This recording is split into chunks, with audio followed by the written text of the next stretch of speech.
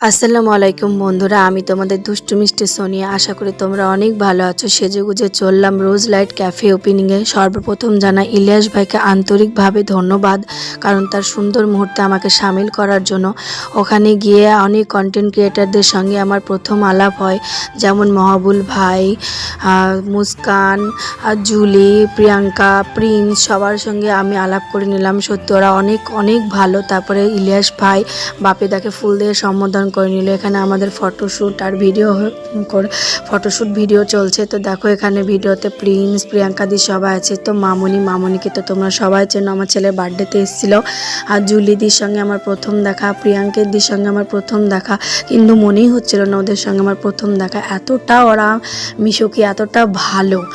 তো দেখো এখানে আমাদের সবাইকে চিজ বল দিয়ে দিল। তো খাবারটা জাস্ট অসাম টেস্টি ছিল। ডোমকল শহরে যে এইরকম টেস্টি একটা খাবার রেস্টুরেন্ট হচ্ছে, এটাই আমার সব থেকে বড়। আর ইলিয়াস তার ব্যবহার অনেক সুন্দর। তো তোমরা অবশ্যই হচ্ছে রোজ লাইট ক্যাফেতে যাবে এবং খেয়ে দেখবে। খাবারটা জাস্ট অসাধারণ ছিল। ডেকোরেশনগুলো খুবই সুন্দর ছিল। ডোমকল শহরে ফার্স্ট টাইম এরকম এত সুন্দর ডেকোরেশন, খাবারের এত টেস্ট আমি তো আমার লাইফে প্রথম এত টেস্টি খাবার খেলাম, কারণ এর আগে আমি কোনো রেস্টুরেন্টে এরকম টেস্টি পাইনি।